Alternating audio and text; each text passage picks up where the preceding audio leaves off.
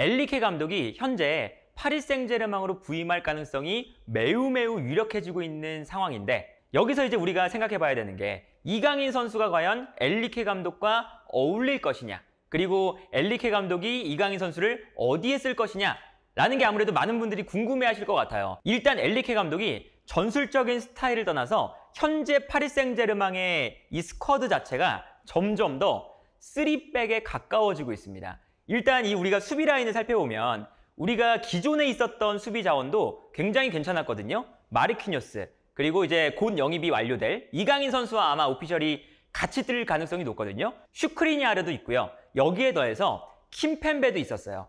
그런데 플러스 최근에 지금 나오고 있는 소식은 바이에른 뮌헨의 리카 에르난데스도 영입할 가능성이 높아지고 있죠.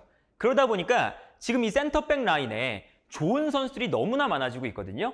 그렇다면 사실은 포백을 썼을 때 특히 슈크리니아르, 킴펜베, 마르키뇨스, 리카 에르난데스 이 4명의 선수는 사실상 주전급으로 안 쓰면 약간 낭비에 가까울 정도로 이 선수들이 너무나 좋은 자원들이거든요. 그러다 보니까 이 선수들을 적절하게 활용을 하려면 3백으로 가는 것이 가장 적합하지 않을까라는 생각이 들고, 여기에 더해서 엔리케 감독의 스타일상 좌우 측면을 굉장히 직선적인 선수들로 활용할 때가 많습니다. 그런데 마침 지금 파리 생제르맹에는 좌우 풀백 자원에 하키미와 누누 멘데스, 전 세계에서도 가장 직선적이고 가장 빠른 풀백 자원들이 좌우 측면에 있죠. 그러다 보니까 지난 시즌에도 갈티에 감독이 파리 생제르맹을 맡았을 때 3백을 쓰면서 좌우 측면에 누누 멘데스와 하키미 두 선수의 공격력을 극대화시킬 때가 많았거든요.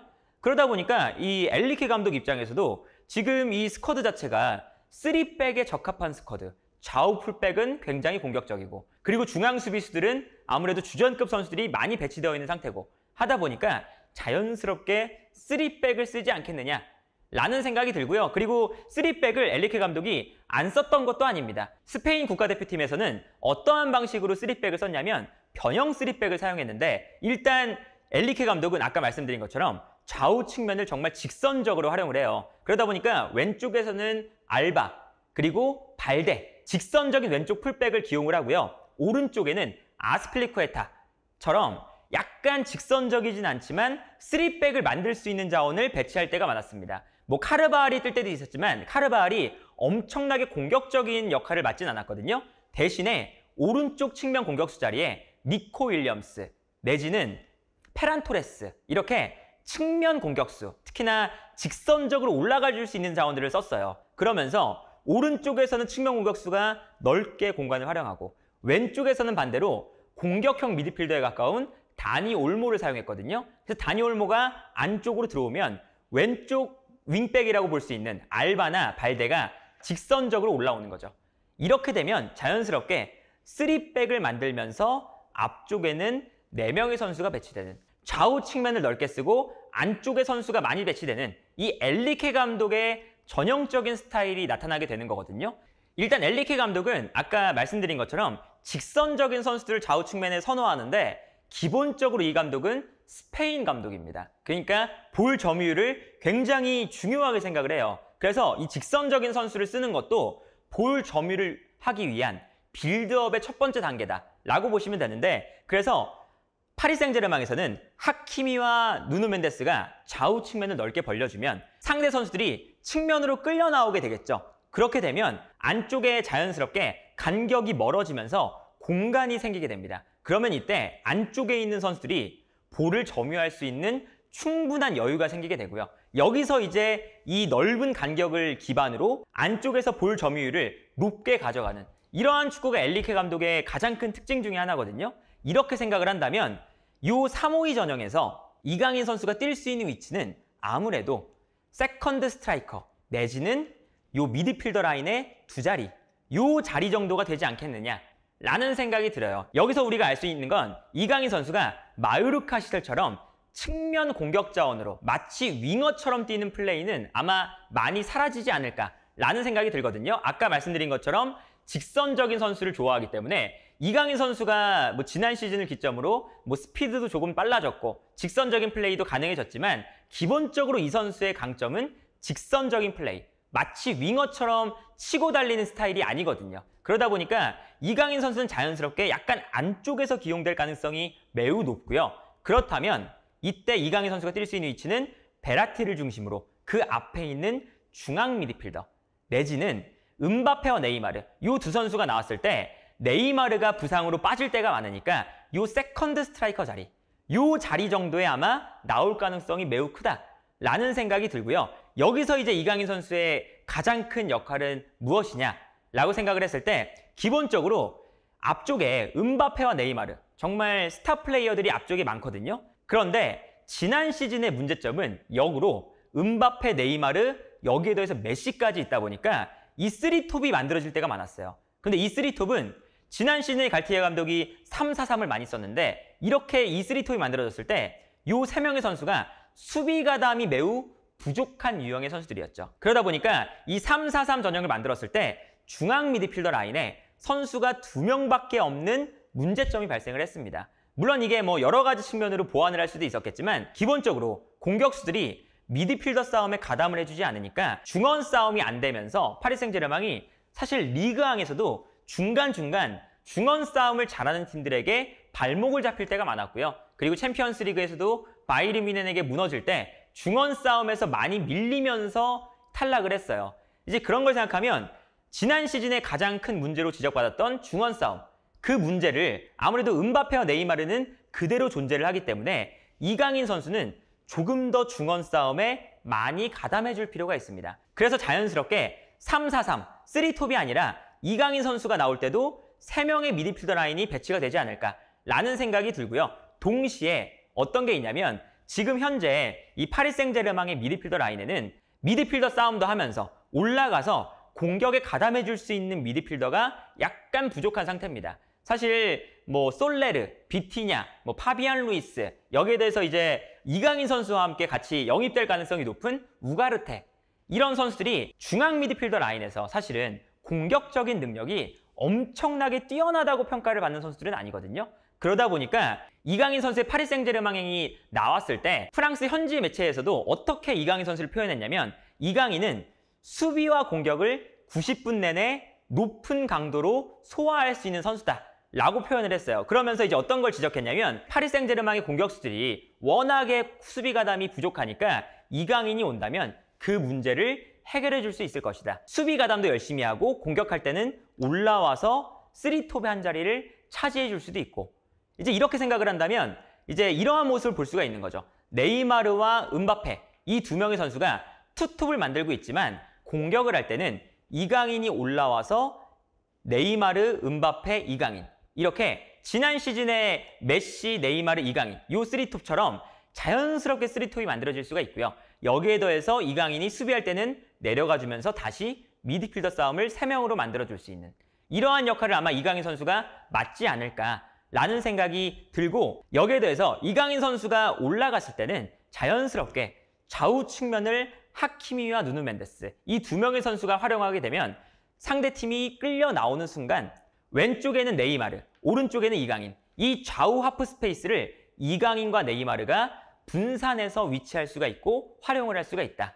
라는 점에서도 이강인이 미드필더와 공격 라인을 오갈 수 있다는 것은 파리 생제르맹과 엔리케 감독이 전술적인 그런 포인트를 찾을 때 매우 중요한 지점이 되지 않을까라는 생각이 들기도 하고요. 그리고 여기에 대해서 이제 어떤 것도 있냐면 최전방에 음바페와 네이마르가 있지만 사실 음바페가 이번 시즌에 떠날 가능성도 꽤나 높습니다. 그렇기 때문에 음바페가 떠난다면 이 자리에 지금 나오고 있는 선수가 무안이라던가 아니면 뭐 사실 해리 케인 얘기도 나오고 있고 약간 9번 유형의 공격수가 나오고 있어요. 최전방 공격수가 새로 영입돼서 9번 유형의 선수가 최전방에 배치가 되었을 때 네이마르가 사실상 세컨드 스트라이커 역할을 하는 거거든요. 그런데 네이마르가 보통 한 시즌을 보면 한 시즌을 풀로 건강하게 치렀던 적이 거의 없습니다.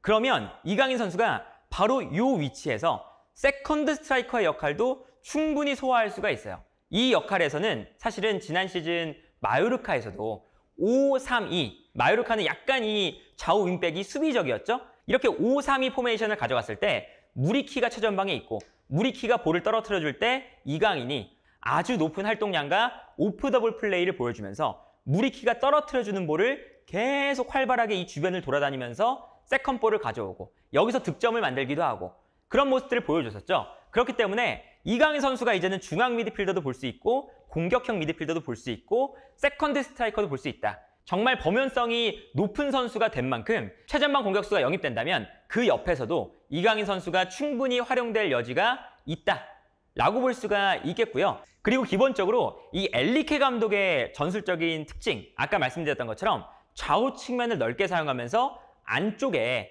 볼을 점유하는 것이 기본적으로 중요하거든요. 그러면 자연스럽게 이 5명의 선수는 볼을 잘 다루는 선수가 배치가 돼야 돼요. 일단 뭐 네이마르, 음바페, 그리고 뭐 베라티 여기에 더해서 이 미드필더 라인을 생각을 해본다면 현재 파리 생제르맹의 미드필더 라인에서 이강인 선수가 왔을 때 이강인보다 볼 소유를 잘한다고 평가를 받는 선수가 현재 없다고 볼 수가 있습니다. 그러니까 지난 시즌에 그만큼 이강인 선수가 라리가에서 너무나 좋은 활약을 보여줬기 때문에 뭐 솔레르, 비티냐, 파비안 루이스 이런 선수들에 비해서 볼 소유가 절대 밀리지 않고 오히려 우위에 있는 점도 있거든요.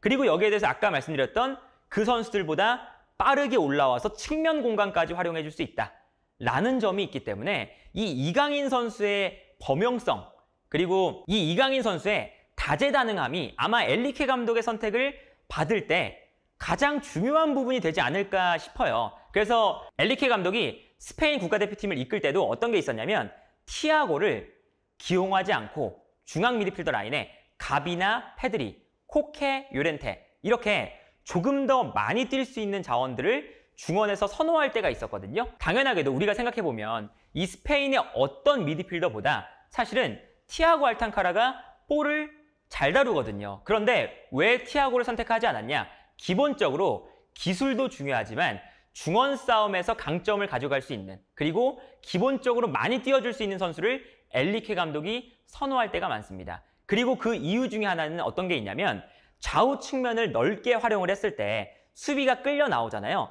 그러면 스페인 국가대표팀에서는 최전방에 있는 공격수들이 침투해 들어가는 거 요것도 있지만 미드필더 라인에서 가비나 페드리, 뭐 요렌테 이런 선수들이 순간적으로 올라가면서 이 공간으로 침투해 들어가고 여기서 득점을 만들거나 뭐 어시스트를 기록하거나 이런 모습들을 보여줬거든요. 그래서 실제로 지금 파리 생제르맹에 있는 솔레르가 원래는 측면과 중앙을 모두 오갈 수 있는 선수이기 때문에 스페인 국가대표팀에서는 솔레르가 심지어 티아고보다 앞순위에 있었습니다. 그래서 실제로 솔레르가 뭐 월드컵에서 득점을 기록하기도 했었죠. 그 이유 중에 하나가 중앙 미드필더 라인과 최전방 이 공간을 계속해서 오갈 수 있다는 이점 때문이었는데 이 역할을 이미 이강인 선수는 마요르카에서 사실은 마스터를 하고 온 거나 마찬가지죠. 이 마요르카에서는 특히나 윙백이 올라와 주지 않기 때문에 이강인이 그때는 왼쪽 미드필더였는데 왼쪽에서 측면의 선수가 안 올라올 때 미드필더 싸움하다가 측면으로 올라가서 측면 공격수의 역할도 수행을 해주고 그래서 이강인의 위치에 따라서 마요르카가 3-5-2가 됐다가 올라가면 3-4-3이 됐다가 이렇게 계속 반복을 했었거든요. 그런 걸 생각하면 당연하게도 이 파리 생제르맹에서 이 엔리케 감독이 중앙 미드필더의 공간 침투 내지는 측면으로 움직여주는 플레이 이런 것들을 좋아하기 때문에 아마도 엔리케 감독이 이강인을 좋아할 요소들이 많이 있다라고 볼 수가 있겠고요.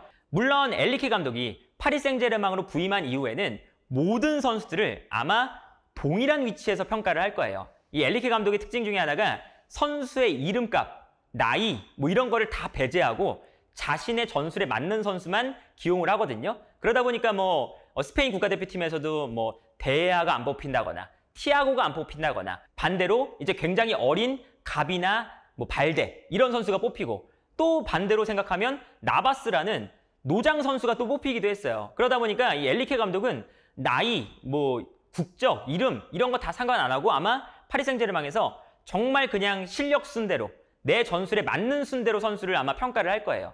그렇기 때문에 이강인 선수가 일단은 엔리케 감독의 눈에 들어야 되지만 엔리케 감독의 전술적인 스타일상 이강인 선수의 이런 플레이 스타일이나 장점들이 엔리케 감독의 전술에 적합해 보인다 라는 생각이 들고요. 물론 여기서 이제 변수는 이강인 선수가 파리 생제르맹으로 안 가는 이제 경우의 수도 당연히 존재하기 때문에, 물론 이제 그런 일이 발생하면 엔리케 감독의 팀에서 이강인 선수가 뛰진 않겠지만, 일단 이강인 선수가 엔리케 감독과 만난다면 충분히 다음 시즌 우리가 이강인 선수의 플레이를 파리 생제르맹에서 감상할 수 있지 않을까, 이런 생각을 해봅니다.